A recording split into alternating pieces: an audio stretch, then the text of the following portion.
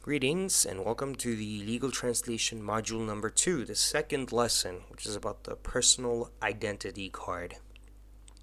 This is a document that was used in the past, and I'm pretty sure it's still used in certain areas of Iraq and the regional or areas under the regional administration in Kurdistan region as well, specifically in disputed areas. The personal identity card is, as a question that is raised here, is a document, as it says, is a document that defines you as a citizen of a country. The personal identity card is basically you telling, let's say, the government's directorates that you are Iraqi, mostly because you live in Iraq, so you get Iraqi personal identity card. In Arabic, it's called al-bitaqa al-shakhsiyya, or some people refer to it as Hawiyat al-Ahwal Madaniya. And the reason why there is a difference in naming is because of something that is mentioned on the document, which I will explain in in the next slides. In Kurdish, the equivalent of this expression or this word is Korta Bori Shoristani. I think there's another word, there's another expression, I'm sorry, but I'm not sure exactly what it is. I forgot. So there's Karta Bari Sharistani, and there is also wait, Hawiya. What is Hawiya in Kurdish? I think it is well, I forgot. But Karta Bari Sharistani is fine. You can use the expression Karta Bari Sharistani Karta Bari Sharistani to refer to the personal identity card. That's perfectly okay because it also means the same thing. All right. So, as the next comment, the next sentence, or the sentence says, since the document is in Arabic or Kurdish, it must be translated into English. Let me just explain this. It's not in Kurdish. Most of, or rather, all of the personal identity cards are in Arabic because they were under the Iraqi government's jurisprudence, the previous government, Saddam Hussein's government.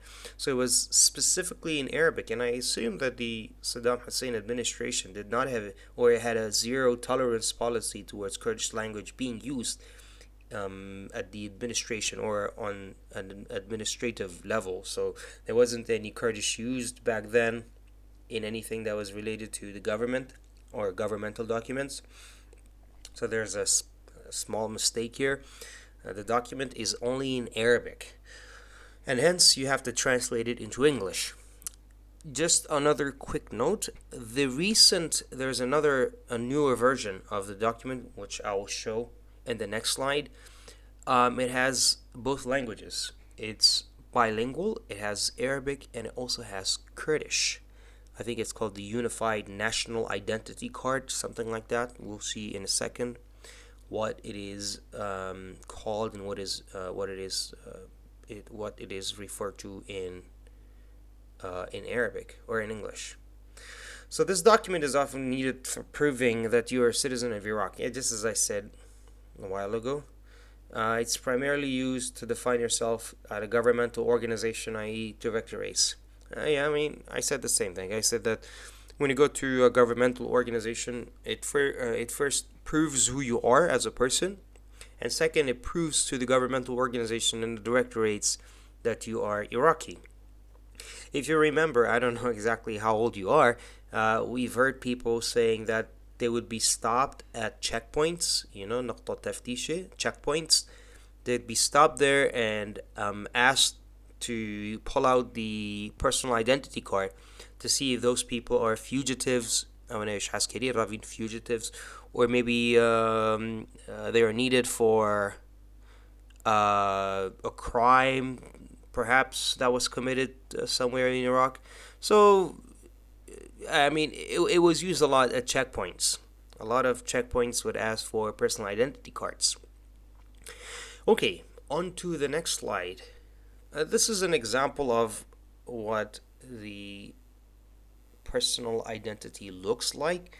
You've all perhaps seen this personal identity card before, assuming you're all Iraqis, the ones who are listening to this what you call it, the online class, electronic class, I'm sorry. So as you can see, it has all of the information here.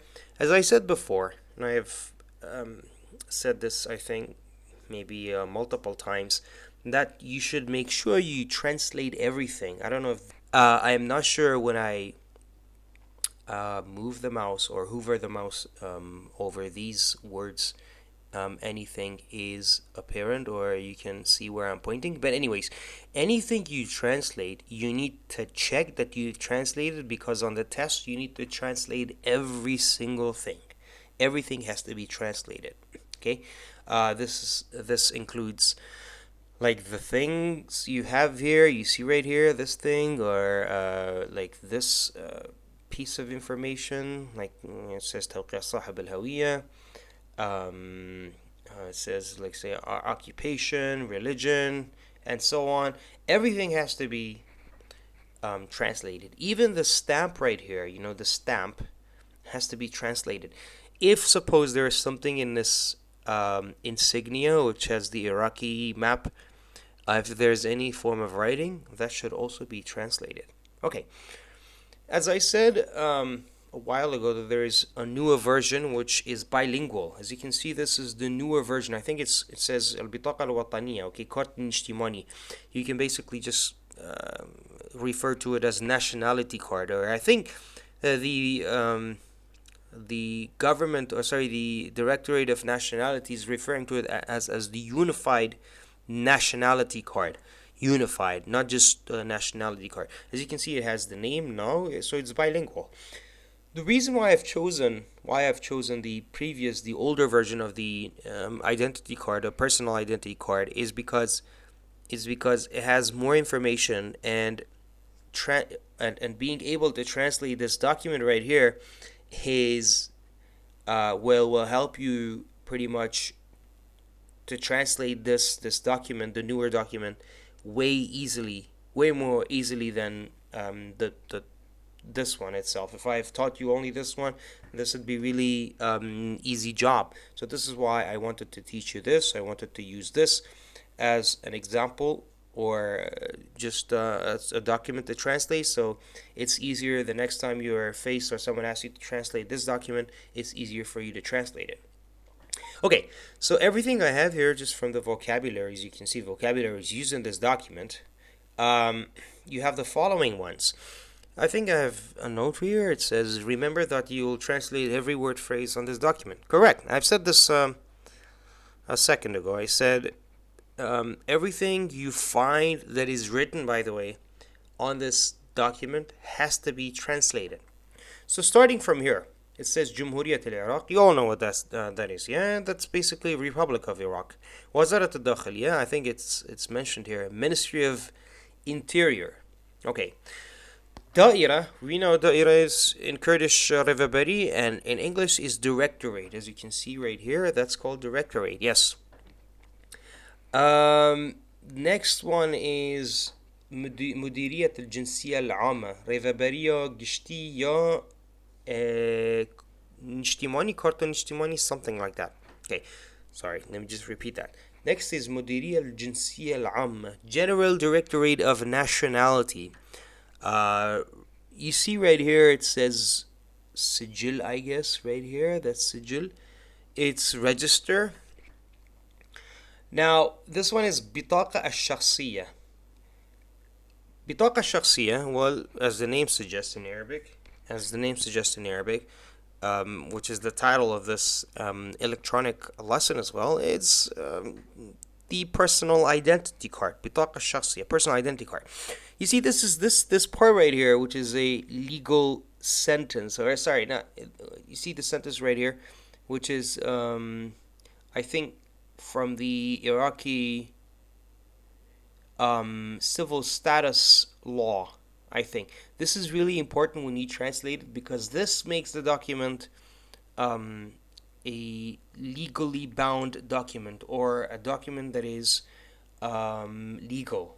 Which says right here, I think it says صادرة بموجب قانون الأحوال المدنية رقم 65 لسنة 1972 المعدل. Okay, so if we translate it word by word, صادرة, issued, بموجب, according قانون الأحوال المدنية. According to أحوال المدنية in English is civil status, as it says here. You see right here, civil status.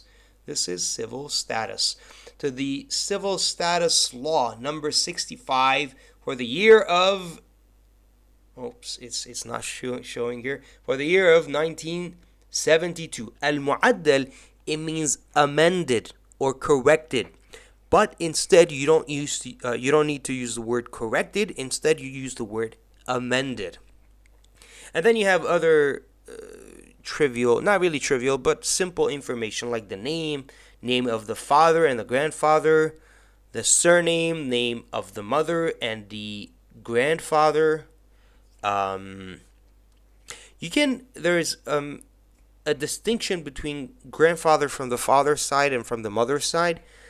From the father's side, the grandfather is called sometimes paternal grandfather, and from the mother's side, the grandfather is referred to as the maternal grandfather. But it's not really necessary here. You just this one you just write اسم الأب والجد, the name of the father and the grandfather, and here اسم الأم والجد, name of the mother and the grandmother. Sorry again, name of the grandfather. Why? Because the one who reads it will, I think, understand from the context that the grandfather in this case is either the father of the father or the father of the mother. So it's not really difficult. You see, the next one is توقيع الموظف المخول. توقيع is signature. موظف is employee. المخول means someone who has been given authority. So I think, you can translate this to what we have here, signature of, of authorized employee. Signature of authorized employee. That's the translation of that part. Next is Tarikh at-Tanzim. Tarikh is date, Tanzim is organization. So the date of organization or organization date. Both of them are correct. Next is Tawqi' al-Munazzam. Al-Munazzam is the person who organizes something. In this case, I think it's the personal identity card. So Tawqi' al-Munazzam would be the signature of the organizer. Okay? Ismuh al-Kamil, his full name or her full name. It depends. If it's a guy, then it's his full name. If it's a girl, then her full name. Okay. The next pieces of information that we have which are added on the personal identity card are the mihna, which is job, occupation, diyana, أو المعتقد. You see, there's a difference between diyana أو المعتقد. In English, I'm pretty sure most of you know, diyana is religion, معتقد is belief. Because belief is one part of a religion, but it doesn't really constitute a whole religion. A belief is just part of religion. Okay? So when you translate it, you have to write diyana as religion, أو المعتقد, or belief. So religion or belief. Okay. Tarikh al-Wilada, we know what that is. Yeah, it's date of birth. Waqtan, time. Sorry, Raqaman. I'm sorry. Sorry about that. My eyes, maybe I have problems. Maybe I'm slightly short-sighted. Raqaman is, number. Kitabatan, written. Mahal al-Wilada is the place. Sorry, it's the place of birth. Al-Ahat al-Zahira, this is something which is no longer available or no longer present in the new identity card, the new unified nationality card. Al-Ahat al-Zahira means if there are any distinctive features. I think there's another name which translators use. Physical defects, yes. If, let's say, you have a mole on your face, or maybe you have, I don't know if that's even... I don't know if that you can even count this. If you have bald head, let's say, I'm not sure exactly. Maybe I'm being slightly facetious here. I'm being slightly facetious. Sorry about that. I'm not really. Case in point, I know this is a joke, but maybe let's say you're bald and then you're right here, al-ahat al-zahira, like physical defects. Maybe you're bald. I'm sorry about that. I understand it's silly, but just an example. Al-hala zawji is marital status. It's marital status, okay? All right, so that was marital status. Hala zawjiyah, you're right, marital status. Asba is, so with men you say bachelor, with women you say virgin, but I think it's okay to write single. Single would be fine. That's fine. I mean, I don't think I'll ask you to translate asba on the test here, at least for the personal identity card. But in the future, who knows? Maybe when we translate marriage contracts, maybe I'll ask you questions about the meaning of asba and how would you translate it that way. محل التسجيل, place of registration.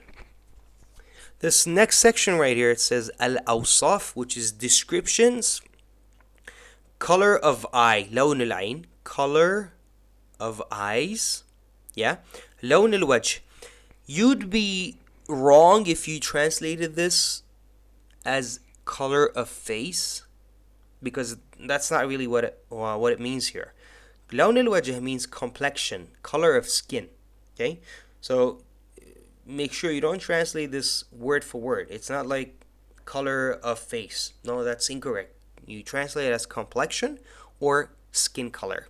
لون الشعر, color of hair. طول is height. فصيلة الدم is blood group. And توقيع صاحب الهوية is the signature of personal identity holder. Here it says بصمة الإبهام الأيمن, right thumbprint. Okay, right thumbprint. I haven't added that piece of translation. I mean, I haven't added that expression here. I haven't translated, and I apologize for that. Maybe I'll update you with another PowerPoint slides. I'll maybe update you with a newer version of this PowerPoint slides, and in that maybe I'll make sure that I have all sorts of information here. Okay, so every single expression that is used here, most of them, especially the ones which I thought you will have problems with translating, are included here.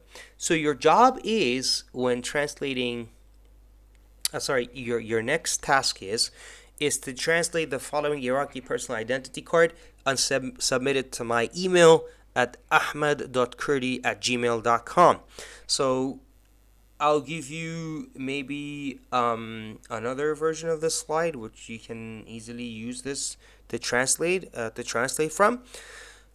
Please make sure that you translate this identity card on a Word file, okay? A Word file which I can easily mark. So I can do my marking and then return it back to you, release it to you, so you can see your mistakes and any incorrect translations. Thank you very much for listening, and have a very good day. If you have any questions, concerns, any problems, please let me know. Goodbye.